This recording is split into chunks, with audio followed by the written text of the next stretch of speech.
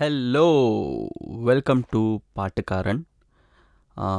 ரொம்ப ரொம்ப ரொம்ப ரொம்ப நன்றி ஆக்சுவலாக. ஏன்னா ஃபஸ்ட்டு 2 எபிசோடுக்கும் எக்கச்சக்க மெசேஜஸ். சத்தியமாக சொல்கிறேன், எக்ஸாக்ரேட் பண்ணல, கொஞ்சம் கூட எதிர்பார்க்கல. ஒரு தாறுமாறான ரெஸ்பான்ஸ் கொடுத்தீங்க, எஸ்பெஷலாக இன்ஸ்டாகிராமில். ஸோ அதுக்கு வந்து ரொம்ப ரொம்ப ரொம்ப ரொம்ப நன்றி. ஏன் இவன் இவ்வளோ நன்றி சொல்கிறான்னு நினைக்கிறீங்களா? ஏன்னா ஜென்ரலாகவே நான் அப்படி தான். ஸோ நன்றி. இந்த எபிசோடில் நம்ம என்ன பார்க்க போகிறோம் அப்படின்னா வந்து, இது ஆல்ரெடி நான் ப்ளாக் பண்ணியிருந்தேன். ப்ளாக் பண்ணப்போ ஒரு 100 வியூஸ் தான் இருந்துச்சு. ஸோ இப்போ கடந்த ஒரு 2 எபிசோட் ஆஃப் பாட்காஸ்ட்டில் நான் பார்க்குற ஸ்ட்ரீம்ஸோட நம்பர்ஸ்னால சரி, இது நிறைய பேருக்கு நான் ரீச் ஆகணும்னு நினச்சேன். ஸோ அதனால் இதையே பாட்காஸ்ட் பண்ணலாம் அப்படின்னு முடிவு பண்ணிட்டேன். இன்றைக்கி வீட்டிலேருந்து கிளம்பும்போது ஒய்ஃப் வந்து அடுத்து எந்த எபிசோட் பண்ண போகிறேன் அப்படின்னு கேட்டப்போ, இந்த எபிசோட் பண்ணுற போகிறேன் அப்படின்னு சொன்னேன். அதுக்கு வந்து சோம்பேறி ஆகிட்டியா, 3வது எபிசோட்லேயே இதை பண்ண போகிறேன் அப்படின்னு சொன்னாங்க. இதில் சோம்பேறித்தனம்னு ஹானஸ்ட்டாக சொல்லணுன்னா இல்லை, ரொம்ப ரொம்ப ஹானஸ்ட்டாக சொல்கிறேன். இந்த எபிசோடு வந்து ரொம்ப முக்கியம்னு நினைக்கிறேன். இதை பண்ணுறதுக்கான அத்தியாவசியம் நிறையாவே இருக்குது. That is songs of hope. அதுதான் இந்த எபிசோடோட பேர், சாங்ஸ் ஆஃப் ஹோப். ஏன் அப்படின்னு பார்த்தீங்கன்னா, இப்போ வந்து பார்த்திங்கன்னா நம்ம எல்லாருமே we are all going through something. நமக்கு வந்து ஈவன் தோ டெக்னாலஜி ரொம்ப அட்வான்ஸ்ட் ஆனாலும், மக்கள் நீங்கள் உங்கள் விரல் நுனியில் தான் உங்களோட ஃப்ரெண்ட்ஸாக இருக்கட்டும், வேறு ஒரு உலகமே இருக்குது. ஃபேஸ்புக்காக இருக்கட்டும், ட்விட்டராக இருக்கட்டும், இன்ஸ்டாகிராமாக இருக்கட்டும், நீங்கள் ஜஸ்ட் டேப் பண்ணால் உங்களுக்கு வந்து ஒரு மில்லியன்ஸ் அண்ட் மில்லியன்ஸ் ஆஃப் பீப்புள்கிட்ட போய் ரீச் அவுட் பண்ணுறதுக்கான பாசிபிலிட்டிஸ் ரொம்ப ரொம்ப ஈஸியாக ஒரு ஆக்சசபிளாக இருக்குது. அப்படி இருந்தும் மக்கள் கனெக்டடாக இருக்காங்களா அப்படின்னு கேட்டிங்கன்னா சந்தேகம்தான். அது ஏன்னு தெரியலை. கிட்ட வர்றதுக்கான பாசிபிலிட்டிஸ், ஆக்சஸ் எல்லாமே இருந்தும் நம்மெல்லாம் வந்து ரொம்ப தள்ளி தள்ளி தான் இருக்கோங்கிறது தோணுது. ஏன் அப்படி தோணுதுன்னா, இப்போ இருக்கிற மன அழுத்தமும் வேலைப்பளுவும் இதெல்லாம் தான் தோணுது. அது மட்டும் இல்லாமல் சமீபத்தில் நிறைய இழப்புகள். தெரிஞ்ச ஒரு நண்பர் வந்து சூசைட் பண்ணிக்கிட்டார். ஸோ இதுக்கான காரணம்லாம் தேடும்போது அவர் நினச்சிருந்தா யார்கிட்டையாவது ரீச் அவுட் பண்ணியிருக்கலாம். அப்படி ரீச் அவுட் பண்ணக்கூடிய சூழ்நிலை அவருக்கு இல்லாமையே போயிருக்கலாம். மேபி அவர் யாருக்காவது பேசணும்னு நினச்சி மெசேஜ் பண்ணியிருக்கலாம். அந்த டைமில் வந்து யார்கிட்ட பேசணும்னு நினச்சாங்களோ அவங்க அந்த டைமில் பிஸியாக இருந்திருக்கலாம். இங்கே வந்து யாரையுமே குறை சொல்கிற இடத்துல நம்ம இல்லை. முடிஞ்ச வரைக்கும் எல்லோரும் அன்பாக இருப்போம், அன்பை பகிர்வோம். சிம்பிளாக சொல்லணுன்னா, ஒருத்தங்க நம்மக்கிட்ட பேசும்போது எதிர்பார்க்குற அதிகபட்சமான விஷயம், நம்ம பேசுகிறது யாராவது கேட்க மாட்டாங்களா அப்படிங்கிறது மட்டும்தான். அதனால தான் இந்த எபிசோடை நான் பண்ணணும்னு நினச்சேன். எல்லாருக்குமே சொன்ன மாதிரி டஃப் டைம் இருந்திருக்கு, எனக்கும் இருந்துச்சு. அந்த டைமில் எனக்கு கூட ரொம்ப நல்ல நண்பர்கள் இருந்தாங்க. அதனாலேயே எனக்கு ஈஸியாக அதை விட்டு வெளியில் வர்றதுக்கான பாசிபிலிட்டிஸ் எனக்கு அதிகமாக இருந்துச்சு. அது எல்லாத்தையும் தாண்டி எனக்கு பிடிச்ச இசை இருந்துச்சு என் கூட. எனக்கு பிடிச்ச இசையை நான் தேடி தேடி போய் கேட்க ஆரம்பித்தேன். இசை வந்து ஒரு கேட்டலிஸ்ட் மாதிரி எனக்கு இருந்துச்சு அந்த டைமில். அந்த ப்ராசஸை நான் ஹீல் ஆகிற ப்ராசஸ் எனக்கு வந்து ஃபாஸ்ட் பண்ணிச்சு. அதனால தான் இந்த எபிசோட் சாங்ஸ் ஆஃப் ஹோப். போகலாமா? சாங்ஸ் ஆஃப் ஹோப்பில் ஃபர்ஸ்ட் சாங் வெள்ளைப்பூக்கள் ஃப்ரம் கன்னத்தில் முத்தமிட்டால். கன்னத்தில் முத்தமிட்டால்ன உடனே நம்ம எல்லாருக்கும் கண் முன்னாடி வர்ற விஷுவல் பார்த்திங்கன்னா, ஒரு தெய்வம் தந்த பூவே தான். மேல் வெர்ஷனாக இருக்கட்டும், ஃபீமேல் வெர்ஷனாக இருக்கட்டும், அதுதான் உங்கள் ஞாபகத்துக்கு வரும். எனக்கும் அதுதான் ஞாபகத்தில் இருந்துச்சு. அதுதான் வந்து அந்த ஆல்பம் பற்றி பேசினாலே வர்ற காதில் ஒலிக்கிற ஒரு பாடலாக இருந்துச்சு. ஆனால் என் ஃப்ரெண்டு அருண் பரத் 2009 எனக்கு ஒரு நாள் ஒரு யூடியூப் லிங்க் அனுப்பிச்சார். ஜி இதை பாருங்கள் அப்படின்னு சொல்லிட்டு. நான் போய் பார்த்தா ஒரு பியோர் ஒயிட் பேக்ரவுண்டில் ஒயிட் ட்ரெஸ்ஸில் ஏஆர் ரஹ்மான், நிறைய சின்ன குழந்தைங்க.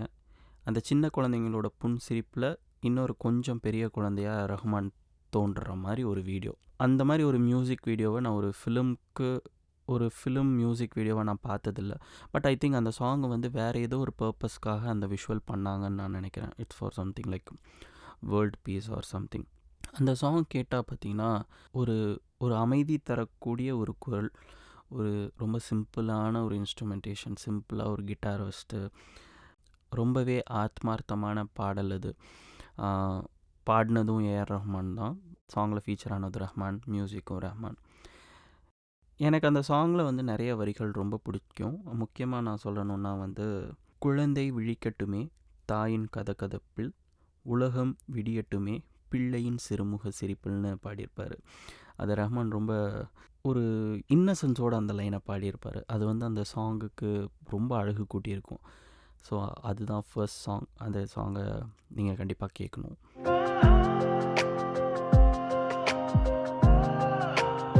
சாங்ஸ் ஆஃப் ஹோப்பில் அடுத்த சாங், இன்னொரு விஷயம், முக்கியமான விஷயம் சொல்கிறேன். நான் சாங்கில் வந்து அடுத்த சாங்னு சொல்கிறேன்றதுனால இது ரேட்டிங்கோ ஃபேவரேட்டோ அப்படின்னு தயவு செஞ்சு நினச்சிக்காதீங்க. இது வந்து ரேண்டமாக ஒரு பாட்காஸ்ட் பண்ணணும்னு நான் நினைக்கும்போது அப்படி எழுதுறது, லிஸ்ட் அவுட் பண்ணுறது, பிளாக் எழுதணும்னு நினைக்கும்போது லிஸ்ட் அவுட் பண்ணுற லிஸ்ட்டு தான் அது.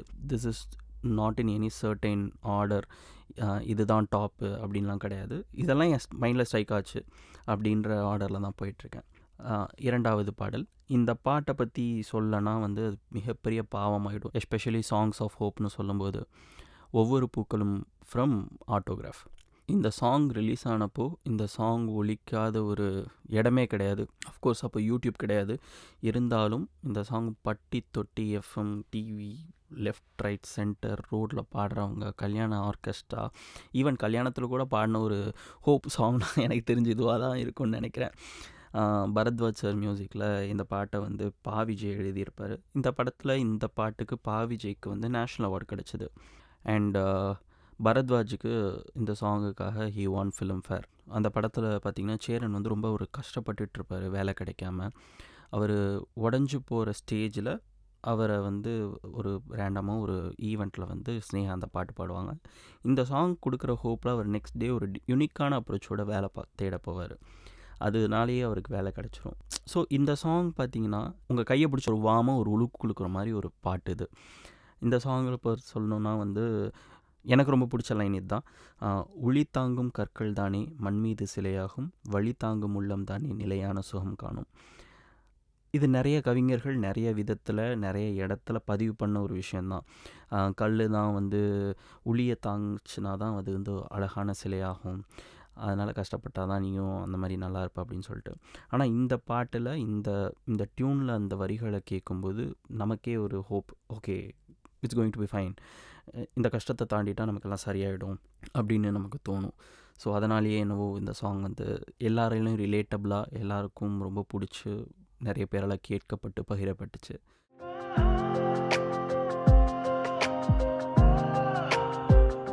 அடுத்த பாட்டு மேற்கு கரையில் ஃப்ரம் அருவி. எனக்கு ரொம்ப பிடிச்ச ஆல்பம் அருவி. அந்த படத்தில் இருக்கிற எல்லா பாடல்களுமே காதுக்கிதமாக, வரிகளை வந்து எந்த இடத்துலையுமே மியூசிக் டிஸ்டர்ப் பண்ணாமல், வரிகள் ஈஸியாக புரிகிற மாதிரி கேட்குற மாதிரி மியூசிக் பண்ணியிருப்பாங்க Vedant and Bindu Malini. So அந்த படத்தில் பார்த்திங்கன்னா மேற்கு கரையில் எனக்கு ரொம்ப பிடிச்ச சாங். எகெயின் சிம்பிளான ஒரு சாங், ரொம்ப ஒரு அழகான சுச்சுவேஷனில் ரொம்ப அழகாக ப்ளேஸ் பண்ணியிருப்பாங்க. இந்த பாட்டோட பியூட்டியும் என்னென்னா பார்த்திங்கன்னா அதில் இருக்கிற வரிகள்லாம். அடைச்ச மனசு சிரிச்சு பேச, அடைக்கும் துயரம் அரண்டு மிரளும், மஞ்சள் நிலவே மயக்கும் மதியே மயங்கி போகாதே, மறுத்த உறவும் தயங்கி சேரும் தவிச்சு போகாதே அப்படின்னு எழுதியிருப்பார். இந்த பாட்டு எழுதுனது பார்த்திங்கன்னா அருண் பிரபு புருஷோத்தமன், அதாவது அருவி படத்தோட டைரக்டர் தான் இந்த பாட்டையும் எழுதியிருப்பார். ரொம்பவே ஒரு சிம்பிளான ஒரு பாட்டாக இருக்கும். இந்த பாட்டில் எந்த ஆடம்பரமும் கிடையாது.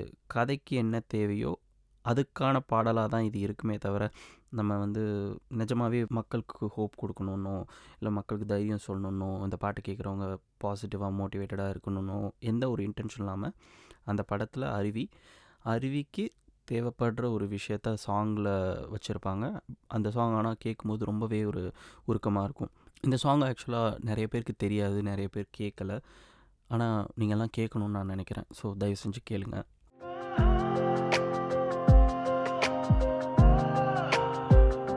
சாங்ஸ் ஆஃப் ஹோப்பில் அடுத்த பாட்டு இளங்காத்து வீசுதே ஃப்ரம் பிதாமகன். பிதாமகன் உங்கள் எல்லாருக்குமே தெரியும். விக்ரம், சூர்யா, லைலா, சங்கீதா நடித்த படம், பாலா சார் டைரக்ஷன், ராஜா சார் மியூசிக் அப்படின்னு சொல்லிட்டு. என்னை பொறுத்த வரைக்கும் இந்த பாட்டோட பாடலாசிரியர் பழனி பாரதி அவர்களை பற்றி சொல்லணும். பழனி பாரதி பார்த்திங்கன்னா one of the most under rated lyricist in Tamil cinema எவர்னு சொல்லலாம். அவர் ராஜா சார் கூட வந்து எக்கச்சக்க சாங்ஸ் பண்ணியிருக்காரு, எக்கச்சக்க ஆல்பம், யுவன் கூட நிறைய பண்ணியிருக்காரு. ஆனால் அவருக்கான டியூ கிரெடிட் வந்து பெருசாக நம்மளால் கொண்டாடப்படவே இல்லைன்னு தான் நான் நினைக்கிறேன். அவரை பற்றி பேசும்போது எனக்கு ரொம்ப டக்குன்னு எனக்கு சொல்லணும்னு தோன்றது வந்து காதலுக்கு மரியாதை படத்தில் எல்லா சாங்கும் அவர் தான். என்னை தாலாட்ட வருவாள தான் எழுதுனது அவர் தான். ஸோ அவர் எழுதின பாட்டு தான் இளங்காத்து வீசுதே. ஸ்ரீராம் பார்த்தசாரதி பாடியிருப்பார், உங்க எல்லாருக்கும் தெரியும். நீங்கள்லாம் அடிக்கடி கேட்டிருப்பீங்க. கேட்டுட்டு அந்த பாட்டை வந்து இதில் என்ன ஹோப் இருக்குது அப்படின்னு பெருசாலாம் நீங்கள் யோசிச்சிருக்க மாட்டீங்க. ஆனால் அந்த பாட்டு நீங்கள் வரிகள் உட்காந்து கவனிச்சிங்கன்னா வந்து பயங்கரமான ஒரு ஹோப் இருக்கிற ஒரு சாங். எஸ்பெஷலாக இந்த லிரிக் வந்து, நேத்து தனிமையில் போச்சு யாரோ துணை இல்லை, யாரோ வழித்துணைக்கு வந்தால் ஏதும் என இல்லை அப்படின்னு எழுதியிருப்பார். அடுத்த லைன் தான் வந்து அழகே, உலகத்தில் எதுவும் தனிச்சு இல்லையே, குழலில் ராகம் மலரில் வாசம் சேர்ந்தது போல அப்படின்னு எழுதியிருப்பார். அதாவது நேற்று எனக்கு தனிமையில் போயிடுச்சு, யாருமே துணை இல்லை, ஆனால் நாளைக்கு யாராவது வழித்துணையாக வந்தால் அதுக்கு ஏன்னா வேறு எதுவுமே இல்லை அப்படின்றாரு. ஸோ சக மனிதரோட இருப்பை வேல்யூ பண்ணுற வரிகளாக தான் அது இருக்குது. அது மட்டும் இல்லாமல் இந்த உலகத்தில் எதுவும் தனிச்சில்லையேன்னு ஸ்ரீராம் பார்த்தசாரதி பாடும்போதெல்லாம் வந்து ஒரு புன்சிரிப்போடு தான் நான் அந்த அடுத்த வரிக்கு போவேன். அப்படி ஒரு இதமான ஒரு பாட்டு.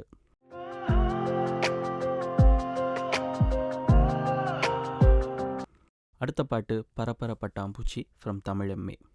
தமிழம்மைன்னு சொன்ன உடனே எல்லாருக்குமே டக்குன்னு ஞாபகம் வரும், உனக்காகத்தான் எந்த உயிர் உள்ளது தான். சிலருக்கு வந்து ராஜா சார் பாடின பறவையே எங்கே இருக்கிறாய் தான். ஆனால் எனக்கு இந்த படத்தை பற்றியும் பாடல்களை பற்றியும் இருக்கிற மெமரியை சொல்லிடுறேன். ஸோ நான் வந்து அப்போ +1 படிச்சுட்டு இருந்தேன். நான் தென்காசியில் இருக்கிறேன். ஸோ எனக்கு வந்து இன்டர்நெட் ஆக்சஸ் இருக்குது, ரொம்ப லிமிட்டடான ஆக்சஸ் தான், பெருசாக ஒன்றும் கிடையாது. யுவன் வந்து இப்படி ஒரு படம் பண்ணுறாரு ஜீவா கூட, யாரோ ராம்னு ஒரு புது டைரக்டர், முத்துக்குமார் லிரிக்ஸ், இதுதான் வந்து தெரிஞ்சது. ஆடியோ லான்ச்சுன்னு சொல்லிட்டு பேப்பர் ஆட்ஸ் வருது, போஸ்டர்ஸ் ஓட்டுறாங்க, ஆடியோ லான்ச் ஆகுது. பாட்டு எங்கேயும் கேட்கல, எஃப்எம்ஸ்லேயும் இல்லை, ஆன்லைன்லேயும் இல்லை. அப்போ வந்து அஃப்கோர்ஸ் பைரசி தான் பெருசாக இருந்துச்சு. ராகா.comனு ஒரே ஒரு ஸ்ட்ரீமிங் பிளாட்ஃபார்ம் இருந்துச்சு, அதில் வந்து சாங்ஸ் வரும். இப்போ இருக்கிற மாதிரி சாவன் எதுவுமே கிடையாது. சாங்ஸ் இல்லாதப்போ வந்து ஒரு ஃபேனாக எனக்கு ஒரு க்யூரியாசிட்டி இருந்துச்சு, என்னது பாட்டு ரிலீஸ் ஆகிடுச்சின்னு போஸ்டர்லாம் வந்துச்சு, பாட்டு எங்கேயுமே இல்லை, என்னாச்சு அப்படின்னு சொல்லிட்டு. அப்போ திடீர்னு யுவன், தனுஷ், டைரக்டர் ராம் எல்லோரும் சேர்ந்து ஒரு ப்ரொட்டஸ்ட் மாதிரி பண்ணாங்க, சேயிங் தட் இந்த ஆடியோ லேபிள் எங்கள் பாட்டை வாங்கிட்டாங்க, நான் இன்னும் பாட்டை ரிலீஸ் பண்ணல அப்படின்னு சொல்லிட்டு. அது ஒரு பெரிய நியூஸ் ஆகுது. அதுக்கப்புறம் ஒரு 2-3 நாளில் எஃப்எம்ஸில் சாங் போட ஆரம்பிக்கிறாங்க. இந்த ஆல்பமில் நான் ஃபர்ஸ்ட் கேட்ட சாங் பார்த்திங்கன்னா இன்னும் ஒரு இரவு தான். இன்னும் ஒரு இரவு பயங்கர ஒரு ட்ரிப்பியான சாங். அந்த ட்ரிப்பின்ற வார்த்தை வந்து எனக்கு கடந்த ஒரு 4-5 வருஷத்தில் தான் தெரியும். அதுக்கு முன்னாடி அந்த பாட்டை கேட்கும்போது ஒரு இனம் புரியாத ஒரு நிலையில் அந்த பாட்டு நம்மளை கொண்டு போகும். ஆனால் இங்கே என்னன்னு நம்மளால் வந்து விவரிக்க முடியாத ஒரு என்னன்னு சொல்ல ஒரு விடலை பருவத்தில் நான் இருந்தேன். அப்படி இருக்கும்போது அந்த ஆல்பமில் ஃபர்ஸ்ட் கேட்டது அந்த சாங். அதுக்கப்புறம் சாங்ஸ் வந்துச்சு, சிடி வந்துச்சு. சிடி வாங்கி பாட்டு கேட்கும்போது இந்த ஆல்பமில் 5மே டிஃப்ரெண்ட்டான ஒரு யூனிக்கான நம்பர்ஸ் தான். அப்படி இன்னும் எனக்கு மற்றவங்களுக்கு பிடிச்ச மாதிரியே எனக்கு மற்ற பாடல்கள் பிடிச்சிருந்தாலும், படம் பார்த்த பிறகு எனக்கு ரொம்ப பிடிச்ச பாட்டு பார்த்திங்கன்னா பரப்பர பட்டாம்பூச்சி. ஒரு பெற்றோரை பறி கொடுத்த ஒரு சிறுவன், அவனுக்கு வந்து ஒரு தமிழ் வாத்தியார் வந்து பெரிய ஒரு துணையாக இருக்கார். அந்த தமிழ் வாத்தியார் தான் அவனுக்கு எல்லாமாவும் இருக்கிறார் அந்த பையனுக்கு. ஸோ அவங்க 2 பேருக்கு இருக்கிற பாண்டிங் வந்து இந்த பாட்டில் ரொம்ப அழகாக சொல்லியிருப்பாங்க. எனக்கு தெரிஞ்சு தமிழ் சினிமாவில் ஒரு வாத்தியாருக்கும் ஒரு மாணவனுக்கும் ஒரு சிறுவனுக்குமான ஒரு பந்தத்தை சொல்கிற பாட்டு வந்து நிறைய இல்லைன்னு நினைக்கிறேன். ஆனால் இந்த பாட்டு வந்து ஒரு வாத்தியாருங்கிறத தாண்டி அவர் ஒரு துணை, அவர் எங்கள் அப்பா ஸ்தானமோ சித்தப்பா ஸ்தானமோ பெரியப்பா ஸ்தானமோ ஒரு மிகப்பெரிய துணையாக அந்த தமிழ் வாத்தியார் இருக்கார். ஸோ அவருக்கும் இந்த சிறுவனுக்குமான ஒரு பாட்டு. இந்த பாட்டில் ரொம்ப பிடிச்ச வரின்னா பாட்டை ஃபுல்லாகவே கோட் பண்ணலாம், பட் எனக்கு ரொம்ப ரொம்ப பாதித்த வரின்னு சொல்லலாம். கண்ணீரை துடைக்கும் விரலுக்கு மனம் ஏங்கி கிடக்குது அப்படின்னு சொல்லுவோம். ஸோ இட்ஸ் லைக் எனக்கு யாரும் இல்லை, என் கண்ணீர் வந்து வடிஞ்சிக்கிட்டே இருக்கு, அந்த கண்ணீரை துடைக்கிறதுக்கு கூட ஒரு விரல் இல்லை அப்படின்னு சொல்லிட்டு ரொம்ப ஒரு ஏக்கமான ஒரு வரிகளாக இருக்கும். ஒரு சின்ன பையனோட பார்வையில் அவனுக்கு கண்ணீரை துடைக்கிறதுக்கு ஆள் இல்லைங்கிறது வந்து வெறுமையின் உச்சம்னு தான் நம்ம சொல்லணும். அப்படிப்பட்ட ஒரு பாட்டு. ஆனால் அந்த பாட்டு கேட்க வந்து ரொம்ப நமக்காக யாரும் இருக்காங்க, நம்ம கஷ்டத்தை தீர்க்கிறதுக்கு நம்ம கூட ஒரு துணை இருக்காங்க, அது யாராக வேணா இருக்கலாம் அப்படிங்கிற ஒரு ஹோப்பை நமக்கு கொடுக்கும். எஸ்பெஷலாக எங்கோ எங்கோ ஒரு உலகம் உனக்காக காத்து கிடக்கும், நிகழ்காலம் நதியைப் போல மெல்ல நகர்ந்து போகுதே, நதி காயலாம் நினைவில் உள்ள காட்சி காயுமா அப்படின்னு சொல்லிட்டு ஒரு லைன். இதில் நதி காயலாம் நினைவில் உள்ள காட்சி காயுமா மட்டும் எக்ஸ்ட்ரா எனக்கு கொஞ்சம் வழியை தரக்கூடிய ஒரு வரி தான். முத்துக்குமாரை பற்றி நினைக்கும் போதெல்லாம் எனக்கு அந்த வரிகள் ரொம்ப டிஸ்டர்ப் பண்ணேன். நதி காஞ்சிரும் நினைவில் உள்ள காட்சி காயுமா அப்படின்னு சொல்லிட்டு. ஆனால் இந்த பாட்டு வந்து நிச்சயமாக உங்களுக்கு ரொம்ப பிடிச்ச ஒரு பாட்டாக இருக்கும். இந்த பாட்டை நீங்கள் கேட்டு கடந்திருப்பீங்க, ஆனால் நீங்கள் இதை கேட்டு ரசிக்கணும்னு நான் நினைக்கிறேன். இந்த பாட்டையும் நீங்கள் கண்டிப்பாக கேளுங்க.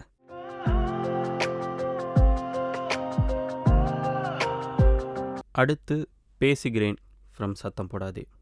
பேசுகிறேன் பற்றி பேசும்போது நிறைய இன்டர்வியூஸில் நாமத்துக்குமார் சொன்னது ஞாபகத்துக்கு வருது. ஒரு ஒரு என்ஆர்ஐ லேடி, அவங்களுக்கு வந்து ஒரு அப்யூசிவ் மேரேஜில் அவங்களால திரும்ப இந்தியாவுக்கு வர முடியாத சிச்சுவேஷனில் அவங்க இருக்காங்க. போதும் இந்த வாழ்க்கை, இது இப்படியே போயிட்டுருக்கு, இதை முடிச்சுக்கலாம் அப்படின்னு நினைக்கும்போது தற்கொலைக்கே தயாராகிட்ருக்காங்க. அந்த மாதிரி ஒரு டைமில் தான் வந்து டிவியில் ரேண்டமாக பேசுகிறேன் சாங் கேட்டிருக்காங்க. பேசுகிறேன் சாங்கை கேட்டு முடித்தோடனே அவங்க மனசை மாற்றிட்டாங்க, வாழணும்னு முடிவெடுத்து வந்துட்டாங்க. வந்த பிறகு ஒரு நாள் முத்துக்குமாரோட நம்பர் எப்படியோ வாங்கி பிடிச்சி நன்றி சொல்லி, இந்த பாட்டை கேட்டனால என் தற்கொலை எண்ணத்தை மாற்றிக்கிட்டேன் அப்படின்னு சொல்லி சொன்னதாக அவர் சொல்லியிருந்தார் ஒரு இன்டர்வியூவில். ஸோ இந்த சாங்க்கு பற்றி பேசினாலோ இதை கேட்டாலும் எனக்கு அந்த இதுதான் ஞாபகத்துக்கு வரும். சத்தம் போடாதே வந்து வசந்தோட 2வது collaboration with Yuvan Shankar Raja. And வசந்தோட படங்கள் எல்லாமே அவர் ராஜா சார் கூட ஒர்க் பண்ணியிருக்காரு, ரஹ்மான் கூட ஒர்க் பண்ணியிருக்காரு, தேவா சார் கூட ஒர்க் பண்ணியிருக்காரு, யுவன் கூட ஒர்க் பண்ணியிருக்காரு. எல்லார்ட்டையுமே பெஸ்ட் ஆல்பம் வாங்குகிற ஒரு டைரக்டர், ஒரு நல்ல ஒரு ஆல்பம் ப்ரொடியூசர். எனக்கு தெரிஞ்சு அவர் தேவா சார் கூட 3 படமும் யுவன் கூட 3 படமும் பண்ணியிருக்காரு. அண்ட் யுவன் கூட அவர் பண்ண 3 படமுமே பெரிய ஹிட். சத்தம் போடாதவே ரொம்ப சத்தமே போடாமல் தான் அவர் ஷூட் பண்ணி முடித்தார். பட் சாங்ஸ் எல்லாமே பயங்கர ஹிட் ஆச்சு, எஸ்பெஷலி பேசுகிறேன். அப்போ சன் மியூசிக்லேயும் எஃப்எம்ஸ்லேயும் வந்து ரொம்பவே ரிப்பீட்டட் ரெக்வெஸ்ட்ஸ் வந்து இந்த சாங்கில் தான் இருக்கும். அதில் முத்துக்குமார் அழகாக ஒரு வரி எழுதியிருப்பார், விடியாமல் தான் ஒரு இரவேது, வடியாமல் தான் வெள்ளம் கிடையாது, வருந்தாதேவா அப்படின்னு சொல்லிட்டு.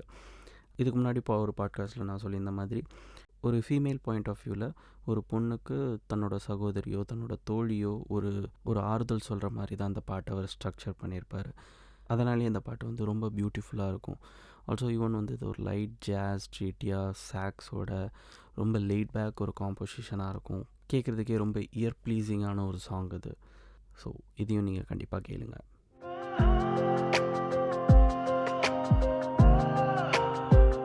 அடுத்து one of the most under rated சாங்ஸ்ன்னு நான் இதை சொல்லுவேன். பாட்டை பற்றி ஒரு லிமிட்டட் ஆடியன்ஸ்க்கு தான் தெரியும். அந்த பாட்டு ஒன்றும் பெரிய கமர்ஷியல் சக்ஸஸ் இல்லைன்னு நான் நினைக்கிறேன் என்னோடய நாலேஜுக்கு. தாவி தாவி ஃப்ரம் தோனி, பிரகாஷ் ராஜ் டைரக்ட் பண்ணி வந்த படம், ராஜா சார் மியூசிக். அண்ட் அகெயின் இதுவும் முத்துக்குமார் எழுதின ஒரு பாடல் தான். இந்த பாட்டு பார்த்திங்கன்னா ராஜா சார் பாடியிருப்பார்.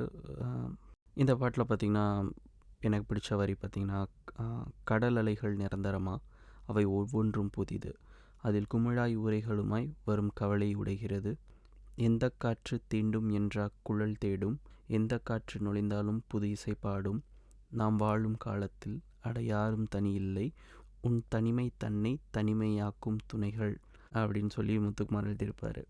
ஸோ அவர் என்ன சொல்ல வர்றாருன்னா, கடலில் வந்து நிரந்தரமே கிடையாது, அது ஒவ்வொரு தடவை வரும்போது அது புதுசு, அந்த கடல் அலையில் இருக்கிற குமிழ் எப்படி உடையுதோ அந்த மாதிரி உங்கள் கவலைகளும் உடைச்சிரும் ஒவ்வொரு அலைக்கும். So it goes on, life moves on அப்படின்னு சொல்கிறாங்க. எந்த காற்று வந்து தன்னை தீண்டுனா வந்து இது இசையாக உருமாறும்னு வந்து ஒரு புல்லாங்குழல் வந்து வெயிட் பண்ணுறதில்ல, அது எந்த காற்று வந்தாலும் அந்த காற்றுக்காக ஒரு இசை பாடும். அந்த மாதிரி தான் நம்ம லைஃப்பை எடுத்துக்கணும். கம் ஆஸ் இட் டேக்ஸ், லைஃபே ஒரு கிஃப்ட் தான், அந்த மாதிரி ஒரு கான்டெக்ஸ்டில் இந்த சாங் இருக்கும். இந்த பாட்டு வந்து நிறைய பேர் தெரிஞ்சிருக்க வாய்ப்பில்லை. இந்த பாட்டும் ரொம்ப ஒரு நெருக்கமான பாடல் எனக்கு. இதுவும் உங்களுக்கு பிடிக்கும் நான் நம்புகிறேன்.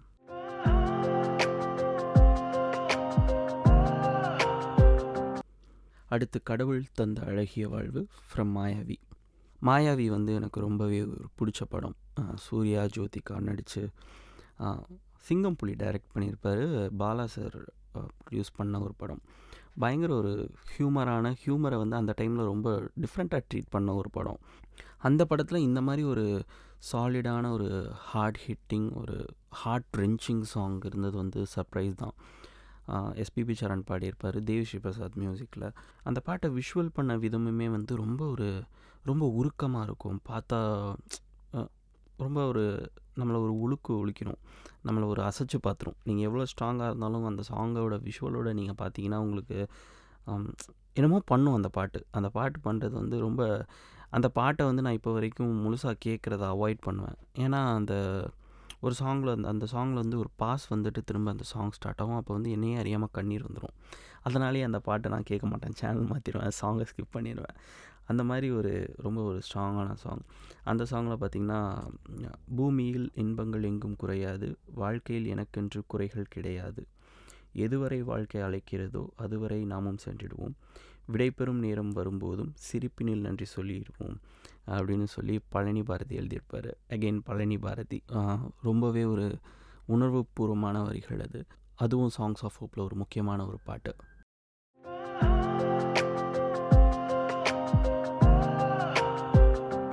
அடுத்த பாட்டு சந்தோஷம் சந்தோஷம் வாழ்க்கையின் பாதிபலம், யூத்தில் எஸ்பிபி சார், மணி சர்மா.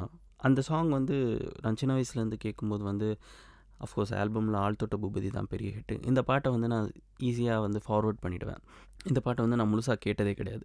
ஆனால் மெச்சூரிட்டி வந்துருச்சு சித்தப்பா அப்படின்னு சொல்கிற டைமில் தான் வந்து இந்த பாட்டை கேட்டு இந்த பாட்டை அப்ரிஷியேட் பண்ண ஆரம்பித்தேன். இதுலேயும் எனக்கு ரொம்ப பிடிச்ச வரி பார்த்திங்கன்னா, உள்ளம் என்பது கவலைகள் நினைப்பும் குப்பை தொட்டி இல்லை, உள்ளம் என்பது பூந்தொட்டி ஆனால் நாளே துன்பம் இல்லைன்னு எழுதியிருப்பாங்க. அது எனக்கு ரொம்ப ஒரு பிடிச்ச வரி இந்த பாட்டில். அடுத்த பாட்டு போகலாமா?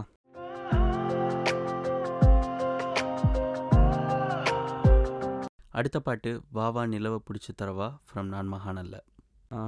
நான் மகாநல்லாவை பற்றி சொல்லணுன்னா, நான் மகாநல்ல ஒரு ஆடியோ லான்ச் வந்து பயங்கர ஒரு ஹைப்டு ஒரு ஈவெண்ட்டாக இருந்துச்சு. அப்போ தான் வந்து பையா ரிலீஸ் ஆகிருந்துச்சு. பையாவோட சாங்ஸ் பெரிய ஹிட்டு, படமும் ஹிட்டு. எந்த இடம் திரும்பினாலும் பையா சாங்ஸ் தான் கேட்டுட்ருக்கு. அப்போ திரும்ப வந்து யுவன் கார்த்தி ஒரு படம் பண்ணுறாங்க நான் மகாநல்ல. சுசீந்திரன் டைரக்ட் பண்ணுறாரு. அவர் வந்து வெண்ணிலா கபடி குழுவுக்கு அடுத்து வர ஒரு படம். அப்படி இருக்கும்போது இந்த ஆல்பமே வந்து ஒரு பயங்கர ஒரு ஹைப்பில் தான் ரிலீஸ் ஆச்சு. ஆல்பமில் இருந்த ஃபர்ஸ்ட் சாங் இது, வாவா நிலவை பிடிச்சி தரவா. இந்த ஆல்பம் சிடிலையும் கேசட்லேயும் ஃபஸ்ட்டு வந்து ஸ்ட்ரீமிங் பிளாட்ஃபார்ம்லேயுமே வந்து கிரெடிட்ஸ் தப்பாக இருந்துச்சு. ஆக்சுவலாக இந்த சாங் ராகுல் நம்பியார் பாடினதாக கிரெடிட் பண்ணியிருந்தாங்க. ஆனால் இந்த பாட்டை பாடினது ஆக்சுவலாக ஹரிச்சரன். முத்துக்குமார் எழுதின இந்த பாட்டு வந்து மொட்டை மாடியில் ஒரு ஈவினிங் உங்கள் ஃப்ரெண்டு கூட நீங்கள் பேசிகிட்டு இருக்கும்போது கேட்டால் அந்த அந்த தருணத்தை கொஞ்சம் எலிவேட் பண்ணக்கூடிய ஒரு பாட்டு. இரவை பார்த்து மிரளாதே, இதையும் வேர்த்து துவழாதே, இரவுகள் மட்டும் இல்லை என்றால் நிலவின் அழகே தெரியாதே, கனவில் நீயும் வாழாதே, களையும் போது வருந்தாதே, கனவினில் பூக்கும் பூக்களை எல்லாம் கைகளில் பறித்திட முடியாதே, அந்த வானம் போலே உருவாகும் மேகங்கள் தினம் வரும் போகும், அட வந்தது போனால் மறுபடி ஒன்று புதிதாய் உருவாகும்னு எழுதியிருப்பார். அந்த லிரிக்கோட கான்டெக்ட் பார்த்திங்கன்னா, இரவை பார்த்து வந்து மிரளாதீங்க, பயப்படாதீங்க, அதை பார்த்து வந்து பயப்படுறதுக்கு ஒன்றும் இல்லை, இரவு இல்லைன்னா உங்களுக்கு வந்து நிலவோட வெளிச்சமே தெரியாது, கனவுலையே இருக்காதீங்க, அது களையிறப்போ வந்து வருந்தாதீங்க, கனவுல பார்க்குற விஷயங்களை வந்து உங்களால் தக்க வச்சுக்க முடியாது அப்படின்னு சொல்லியிருப்பார். அது மாதிரி உறவுகள் ஒவ்வொன்றும் தொடர்கதை, அதை வந்து கொஞ்சம் டிஃப்ரெண்ட்டாக அந்த வானம் போலே உறவாகும் மேகங்கள் தினமும் வரப்போகும், அட வந்தது போனால் மறுபடி ஒன்று புதிதாய் உருவாகும்னு எழுதியிருப்பார். அந்த பாட்டும் சாங்ஸ் ஆஃப் ஹோப்பில் வந்து ரொம்ப ஒரு முக்கியமான பாட்டுன்னு நினைக்கிறேன். அந்த சாங்கை கேட்கும்போது ஒரு நைஸ் ஃபீல் குட் சாங் அப்படின்ட்டு நம்ம போயிடுவோம். பட் அந்த சாங்கோட வரிகள் வந்து ரொம்ப ஆழமானது.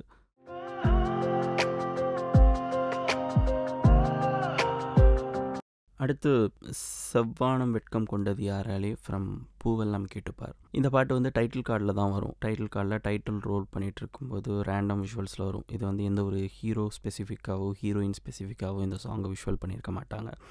அப்படி இருந்தும் இந்த சாங் வந்து இந்த ஆல்பம்லேயும் சரி, இந்த சாங்ஸ் ஆஃப் ஹோப்லேயும் சரி, ரொம்ப ஒரு முக்கியமான சாங் தான். ஸ்ரீனிவாஸ் பாடி பழனி பாரதி வரிகளில் இந்த பாட்டு இருக்கும். ஸ்ரீனிவாஸ் யுவனுக்கு ரொம்ப கம்மியாக தான் சாங்ஸ் பாடியிருக்காரு. இது இஸ் ஒன் அமாங் தட். அதில் சொல்லியிருப்பாங்க, வானகம் தூரம் இல்லை, வங்கக்கடல் ஆழமில்லை, நம்பிக்கை வைப்போம் இந்த வாழ்விலே அப்படின்னு எழுதியிருப்பார் பழனி பாரதி. எனக்கு வந்து அது ரொம்ப ஃபேவரேட்டான ஒரு லைன்.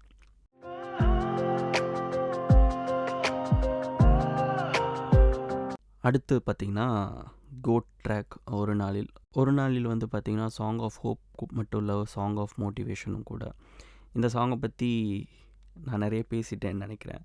இந்த சாங் எவ்வளோ இம்பார்ட்டண்ட்னு உங்களுக்கு தெரியும்னு நினைக்கிறேன். சாங்ஸ் ஆஃப் ஹோப்பில் எனக்கு டக்குன்னு ஸ்ட்ரைக்கான சாங்ஸ் பற்றி நான் பேசியிருக்கேன். உங்களுக்கு ரொம்ப மன வருத்தம், மன அழுத்தம், மனம் கஷ்டமாக இருக்குது அப்படின்னா reach out to someone. உங்களால் இப்போ பேச முடியல, உங்கள் ஃப்ரெண்ட்ஸ் யாரும் புரிஞ்சிக்க மாட்றாங்க, பேரண்ட்ஸ்ட்ட அப்ரோச் பண்ண முடியல அப்படிலாம் நினைக்கிறீங்கன்னா, கோ டு அ தெரபிஸ்ட். எனக்கே ஆக்சுவலாக அந்த தெரபிஸ்ட்டை போய் பேசுகிறது, அவங்கள்ட்ட ஒப்பீனியன் கேட்குறது எல்லாமே ரொம்ப ஒரு ஏலியனேட்டட் டாப்பிக்காக தான் இருந்துச்சு ஒரு 2-3 வருஷம் முன்னாடி வரைக்கும். ஆனால் இப்போது இருக்கிற சூழ்நிலையிலையும் காலகட்டத்திலையும் அது தப்பு இல்லைன்னு தோணுது. You have someone to talk and அது வந்து எந்த வகையிலையுமே தப்பு இல்லை. அதை வந்து தப்பாக ப்ரொஜெக்ட் பண்ணவும் வேணாம். So if you want help, please reach out. இந்த எபிசோட் உங்களுக்கு பிடிச்சிருந்துச்சுன்னா தயவு செஞ்சு சொல்லுங்கள், பிடிக்கலனாலும் தயவு செஞ்சு சொல்லுங்கள். இல்லை உங்களுக்கு பிடிச்ச ஒரு சாங்கை நான் மிஸ் பண்ணிட்டேன் அப்படின்னு நினைக்கிறீங்கன்னா தயவு செஞ்சு எனக்கு மெசேஜ் பண்ணுங்கள் இன்ஸ்டாகிராமில். இந்த சாங்கையும் நீங்கள் கேளுங்க அப்படின்னு நீங்கள் எனக்கு ஏதாவது சஜஷன் வச்சுருந்தீங்கன்னா please please please feel free. தயவு செஞ்சு எனக்கு மெசேஜ் பண்ணுங்கள். I am more then happy to listen your comments, your suggestions and every thing. சீக்கிரமே இன்னொரு எபிசோடில் நான் உங்களை சந்திக்கிறேன். அது வரைக்கும் உங்களிடமிருந்து விடைபெறுவது உங்கள் பாட்டுக்காரன்.